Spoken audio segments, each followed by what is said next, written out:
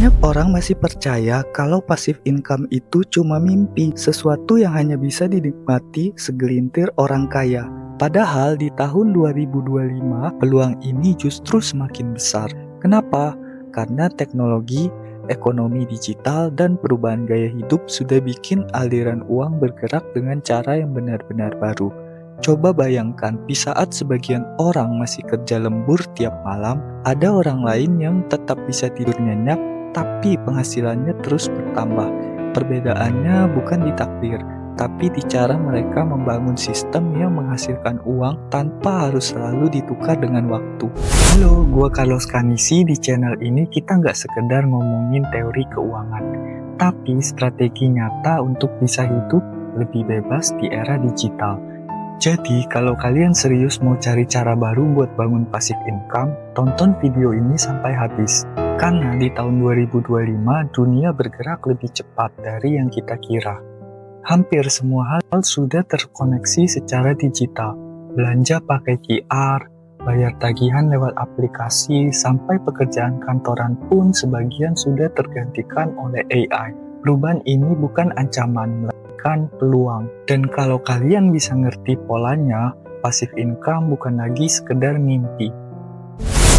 Pernah gak sih kalian mikir kenapa banyak orang di Indonesia rajin kerja, tapi tetap merasa selalu kekurangan? Masalahnya bukan sekedar karena gaji kecil atau biaya hidup yang naik. Masalah sebenarnya ada di cara kita memandang uang. Kebanyakan orang masih percaya bahwa satu-satunya cara aman adalah dengan kerja keras, naik jabatan, lalu nabung sedikit demi sedikit. Sekarang dunia berubah cepat. Lihat aja, ada anak SMA bisa hasilin uang dari jualan template online. Mahasiswa bisa bangun toko digital kecil yang jualan produk virtual, dari desain, foto, sampai modul belajar. Bahkan ada karyawan biasa yang bikin website sederhana lalu pelan-pelan berubah jadi sumber penghasilan tambahan setiap bulannya. Artinya, passive income di era ini bukan lagi soal punya properti miliaran atau bisnis raksasa. Passive income 2025 datang dari cara kita ngerti pola baru. Gimana memanfaatkan teknologi, digital produk, atau sistem kecil-kecilan yang bisa berkembang jadi mesin uang jangka panjang.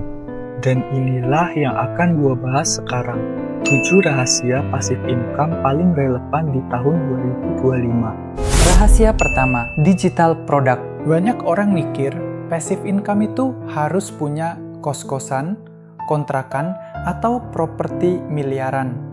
Padahal di tahun 2025, aset digital bisa jadi lebih berharga daripada aset fisik. Bayangin, satu template desain, satu e-book, atau satu kursus online, sekali kalian bikin bisa dijual ribuan kali tanpa harus keluar biaya tambahan. Contohnya sederhana, ada anak muda yang bikin template presentasi PowerPoint, lalu upload ke marketplace digital. Sekali laku, sistem otomatis ngirim file ke pembeli dan dia dapat uang masuk ke rekening. Nggak perlu repot kirim manual, nggak perlu bangun toko fisik. Inilah kenapa orang yang ngerti cara main produk digital bisa punya mesin passive income tanpa harus jadi influencer, tanpa harus punya modal besar.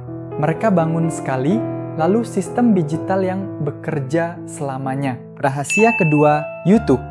Banyak orang masih mengira bikin passive income dari YouTube itu cuma untuk mereka yang punya wajah menarik atau kamera mahal.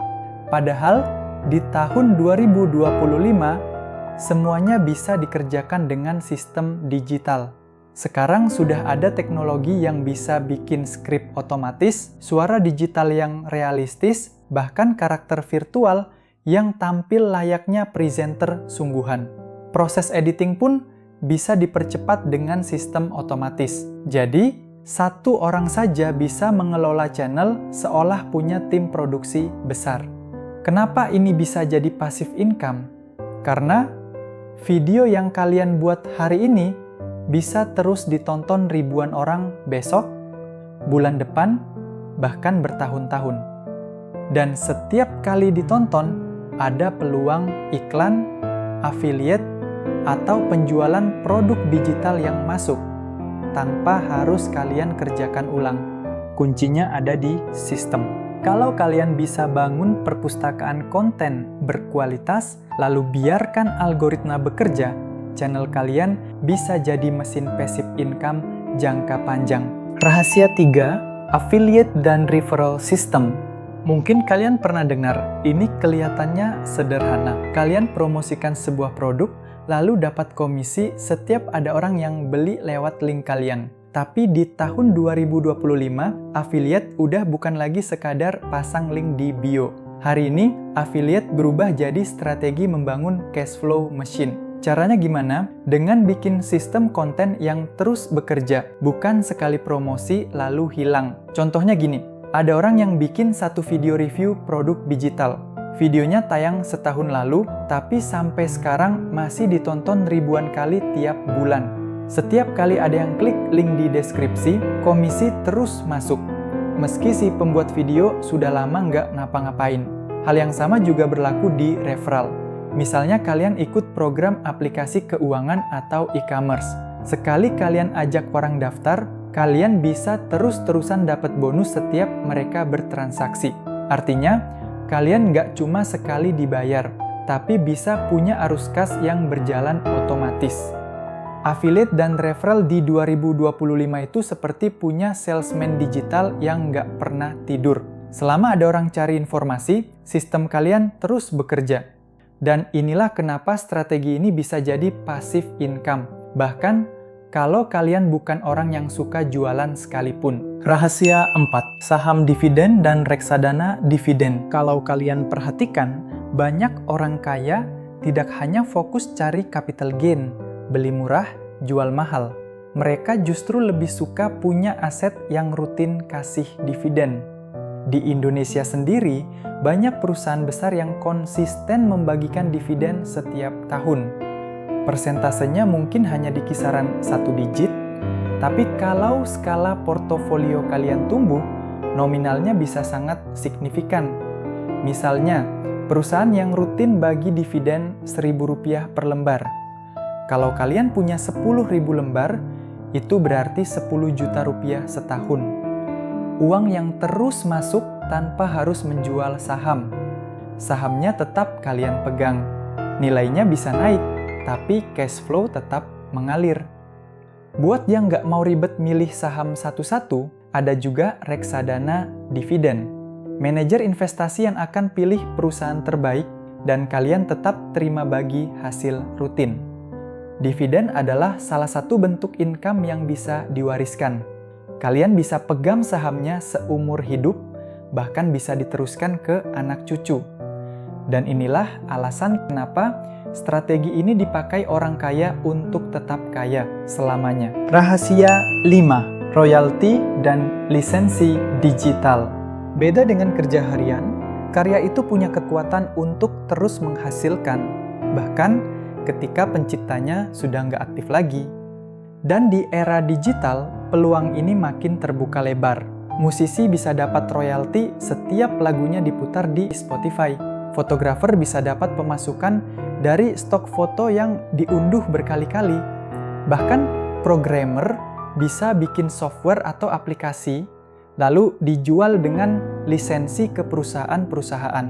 Yang menarik, lisensi digital ini nggak kenal batas negara. Seorang desainer di Indonesia bisa menjual font atau template ke pembeli di Amerika atau Eropa dan dapat income dalam dolar. Satu karya bisa dipakai ribuan orang dan setiap kali dipakai ada uang yang mengalir.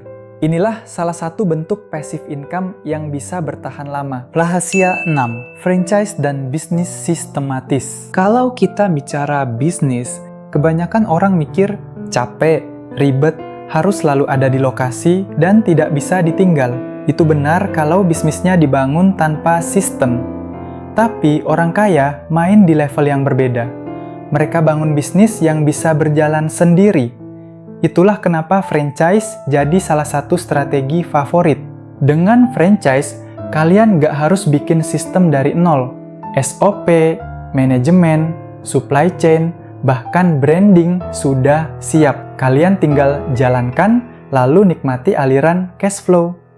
Di Indonesia, ada franchise laundry, jasa kebersihan, sampai minimarket kecil yang bisa tetap beroperasi dengan manajemen terpusat. Selama ada karyawan yang jalanin sistem, pemilik tetap dapat bagian hasil, bahkan ketika mereka sibuk di tempat lain. Dan nggak cuma franchise, banyak orang kaya membangun bisnis mereka sendiri, tapi dengan prinsip yang sama. Bikin sistem, latih orang lain, lalu lepaskan dari ketergantungan ke si pemilik. Dengan begitu, bisnis itu berubah dari self-employed jadi aset. Inilah alasan kenapa bisnis sistematis masuk kategori passive income. Karena meski butuh waktu di awal untuk bangun, setelah sistem rapi, bisnis bisa terus menghasilkan, bahkan bisa diwariskan ke generasi berikutnya. Rahasia ketujuh, properti digital. Kalau 6 rahasia sebelumnya bicara soal jalur menghasilkan passive income, rahasia terakhir ini menekankan cara melihat semua jalur itu sebagai aset nyata, seperti properti. Properti digital punya karakter unik. Ia menyimpan audiens, traffic, dan ekuitas merek, lalu mengubahnya jadi arus kas yang terus mengalir. Sebuah website, aplikasi, blog, newsletter, atau akun media sosial bukan sekedar proyek sampingan, tapi properti digital dengan nilai pasar yang bisa diperdagangkan.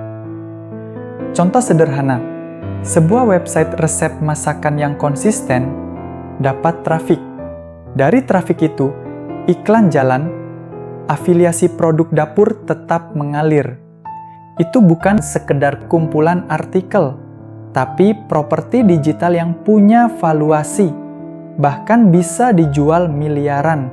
Jadi, rahasia terakhir ini bukan soal membuat produk baru, melainkan soal menaikkan cara pandang, mengubah hasil kerja digital menjadi properti. Inilah level di mana orang kaya di era 2025 bermain. Mereka tidak hanya mengumpulkan penghasilan, tapi juga mengakumulasi aset digital, properti baru yang nilainya terus bertumbuh di dunia tanpa batas. Jadi, sekarang kita sudah bahas 7 rahasia passive income paling relevan di tahun 2025. Mulai dari digital product, YouTube, sampai ke properti digital yang bisa diwariskan. Semua rahasia ini punya satu benang merah. Orang kaya membangun sistem yang bekerja untuk mereka, bahkan ketika mereka tidak bekerja lagi. Itulah alasan kenapa mereka bisa tetap kaya, bahkan makin kaya selamanya. Kalau kalian merasa video ini membuka wawasan baru, jangan lupa tekan tombol subscribe. Sampai ketemu di video berikutnya.